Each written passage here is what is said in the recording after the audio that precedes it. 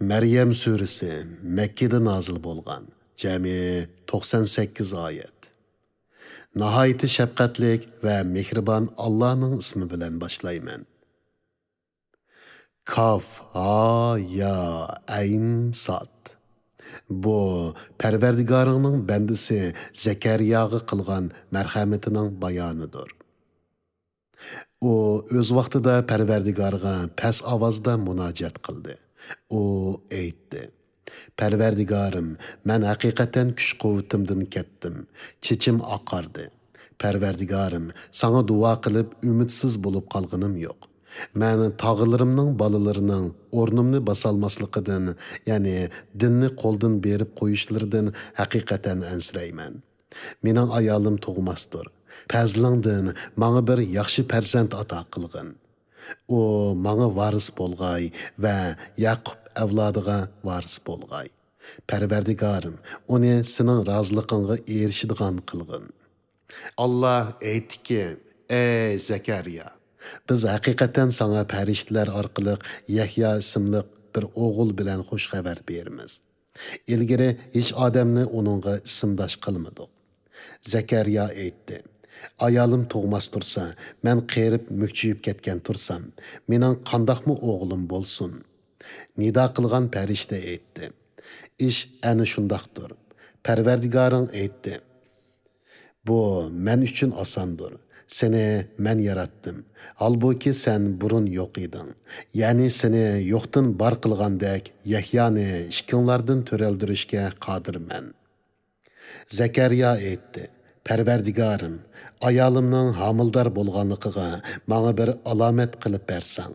Allah aytdi: Sening alomating shuki, saq turib 3 kecha kunduz kishilarga so'z qila olmaysan.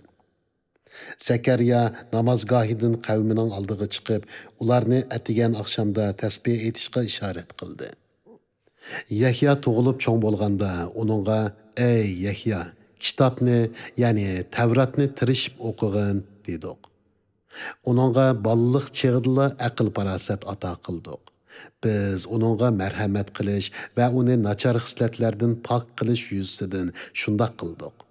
Yahya taqvodor edi. Uni ota-onasiga kuyimchan qildik. U mutakabbir, ya'ni ota-onasini qaqshatquchi, Parvardigorga osiylik qilg'uchi bo'lmadi. U tug'ilgan kunida, vafot bo'lgan kunida, tirilib qabrdan turg'izilgan kunida Alloh taolo tarafidan bo'lgan omonlikqa erishidi. Ularga Qur'onda Maryam qissasini bayon qilgan. Ayni zamanda u oilasidan ayrilib, sharq tarafdagi bir joyga bordi. U parda tortib kishilardan yoshirindi. Onunğa bizning ruhimizni, ya'ni Jibril alayhissalomni avatdik. U Maryamga bejirim odam suratida ko'rindi. Maryam aytdi: "Men haqiqatan marhamatlik Allohga sig'inib, sening cheqilishingdan panoh tilayman. Agar sen taqvodor bo'lsang, menga cheqilmag'in." Jibril aytdi: "Men sana bir pak o'g'il berish uchun avatilgan Parvardigoringning elchisiman." Maryam aytdi: Manga kishi yaqinlashmagan tursa, men poyishi qilmagan tursam, qandoqmi mening o'g'il balam bo'lsin? Jibril aytdi: Amaliyat sen degandekdir. Lekin Parvardigoring aytdi: U menga osondir. Uni kishilarga qudratimizni ko'rsatadigan dalil va biz tarafdan bo'lgan marhamat qildik. Bu taqdir qilinib bo'lgan ishdir.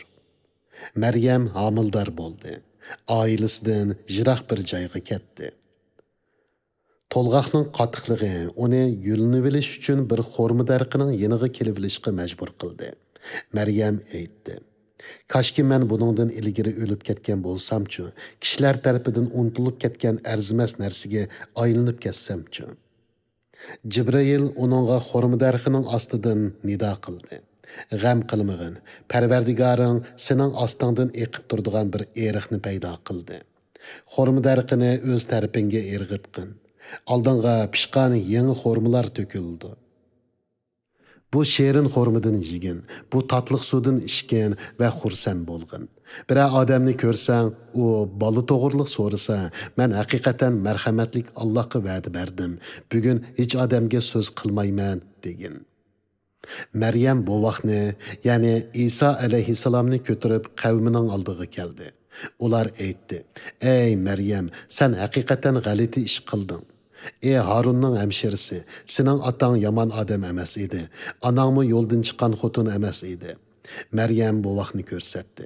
Ular beshikdagi bu vaqtga qandoq so'zlaymiz dedi. Bu vaqt aytdi: "Men haqiqatan Allohning bandasiman. Menga kitobni berdi, ya'ni Injilni berdi va meni payg'ambar qildi, ya'ni qildi. Qayerda bo'lay, meni barkatli qildi. Hayotli bo'ldikanman, menga namozni, zakotni ado qilishni tavsiya qildi. Meni onamga kuyimchan qildi. Meni mutakabbir, shaqiy qilmadi. Men tug'ilgan kunimda, vafot bo'lgan kunimda, tirilib qabrimdan turg'izilgan kunimda Alloh taolo tarafidan bo'lgan omonlikqa erishiman." Ana shu İsa ibn Maryamning qissasidir. İsa ular datalash qilayotgan o'zining ishining haqiqati ustida haq gapni qildi. Allohning sha'niga bolasi bo'lish loyiq emas. Alloh boladan sherikdan pokdir. Alloh bir ish qilishni iroda qilsa, uningga vujudga kel deydi-da, u vujudga keladi. Alloh haqiqatan mening parvardigorimdir. Sizlarningmi parvardigoringlardir. Shuning uchun uningga ibodat qilinglar, bu to'g'ri yo'ldir. İsa'nın işi to'g'risida ular, ya'ni ahli kitob orasidagi firqalar ixtilof qilishdi. Buyuk kun, ya'ni qiyomat kuni kelgan chog'da kofirlarga voy. Ular bizning dargoyimizga kelgan kunda, ya'ni qiyomat kunida quloqlari toza anglaydigan, ko'zlari toza ko'radigan bo'ladi. Lekin zolimlar bugun, ya'ni bu dunyoda ro'shan gumrohlikdadir. Ularni, ya'ni xaloyiqni hasrat kuni, ya'ni qiyomat kunidan ogohlantirgan. U chaqda hamma ish bir taraf qilingan bo'ladi. Halbuki ular g'aflatdadir. Qiyomatni inkor qilmoqdadir. Zaminga va zamin ustidagi barchaga cho'qim biz varislik qilamiz. Ular hisob berish uchun bizning dargoyimizga qaytarildi. Ey Muhammad, kitobda, ya'ni Qur'onda İbrahim qissasini bayon qilgan. U haqiqatan to'limi rostchil payg'ambar edi. O'z vaqtida İbrahim otasiga aytdi: "Ey ota, nemishqa anglamaydigan, ko'rmaydigan va sana hech narsaga asqatmaydigan narsalarga cho'qinasan. Ey ota, menga sen bilmaydigan ilmlar nozil bo'ldi. Menga agashgin, seni to'g'ri yo'lga boshlayman. Ey ota, shaytonga cho'qinmag'in.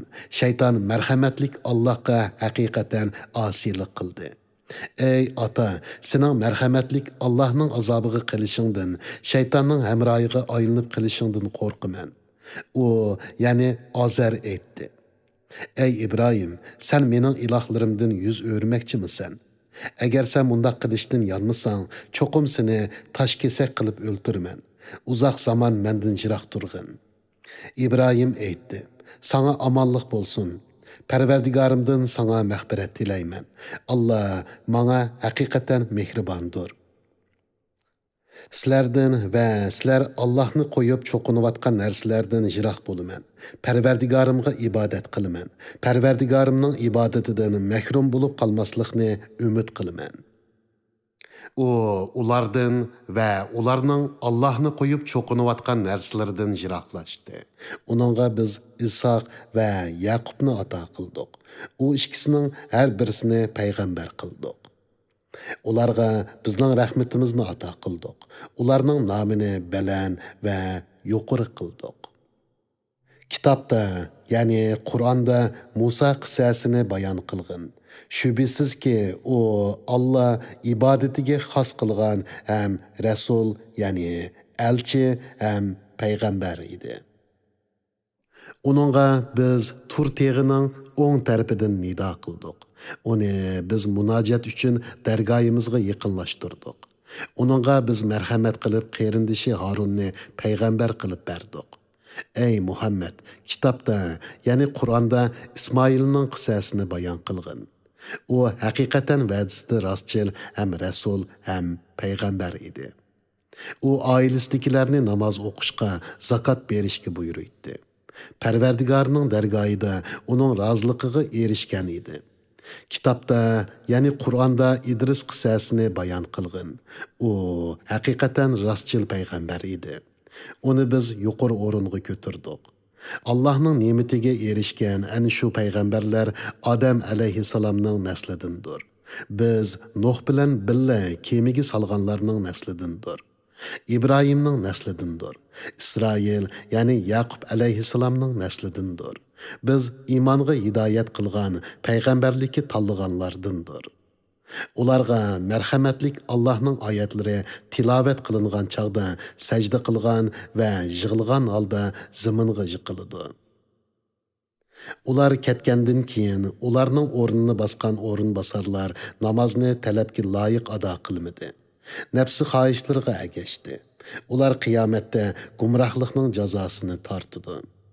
Tavba qilgan, iymon etgan va yaxshi amallarni qilganlar buningdan mustasno. Ana shularla jannatga kiradi. Ularning amallarining savobidan hech narsa kamaytilmaydi.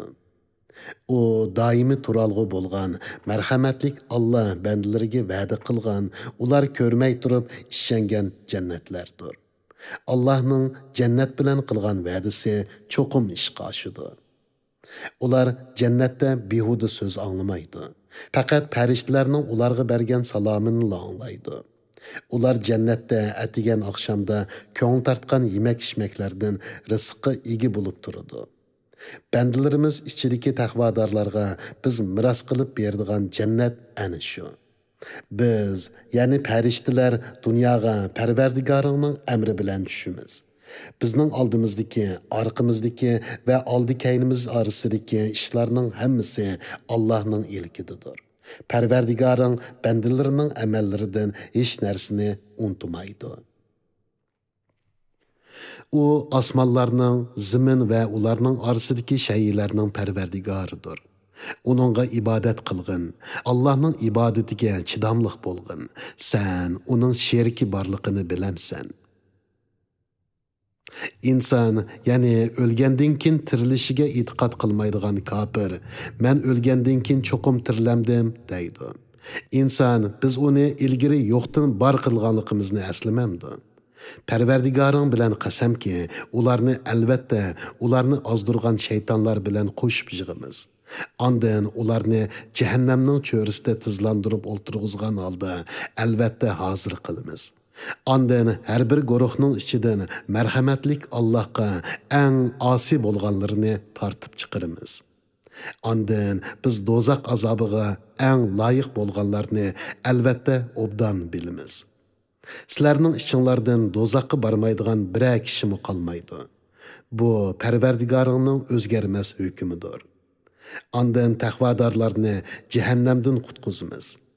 Zalimlarni jahannamda tizilib o'ltirgan holda qo'yamiz.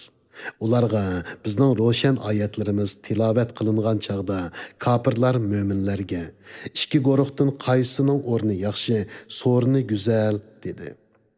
Bulardan burun bizning oyatlarimizni inkor qilgan nurg'un ummatlarni halok qildik.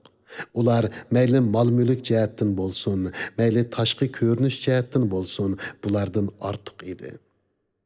Ey Muhammad, aytqinki, kimki gumrohlikda bo'ladi ekan, marhamatlik Alloh uningga muhlat beradi.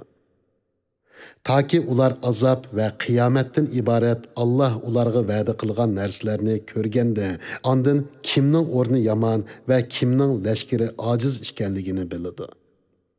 Alloh hidoyat topquchilarning hidoyatini ziyoda qiladi. Baqi qoldigan yaxshi amallar savob jihatdan va oqibat jihatdan Parvardigoringning dargohida ortiqdir.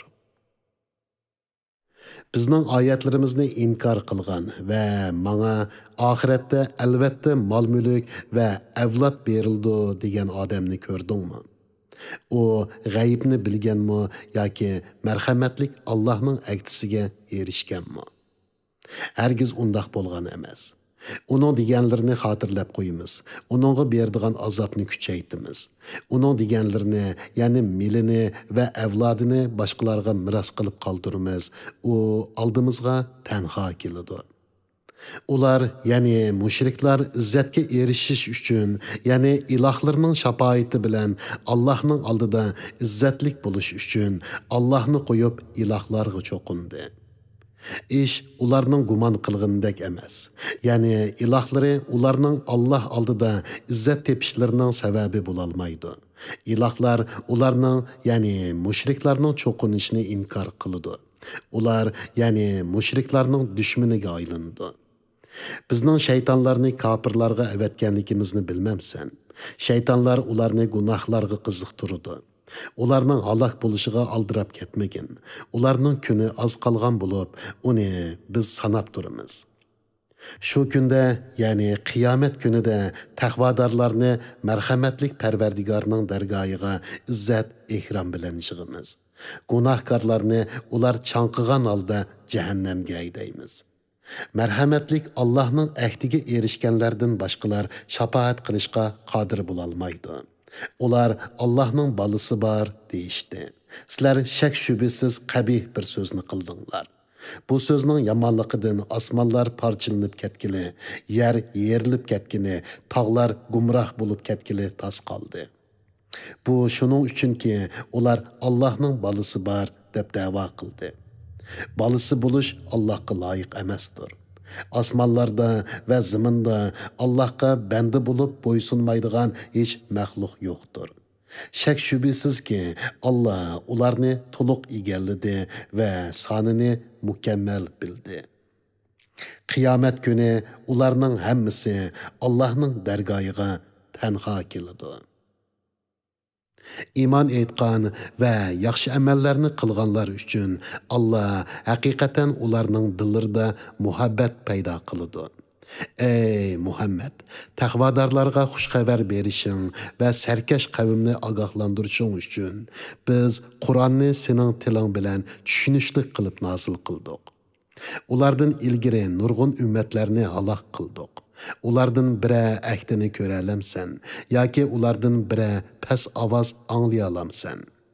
Yəni, ular şundaq təltöküs halak qılındı ki, ulardan körgili və avazını anlığılı heç əhədi qalmadı.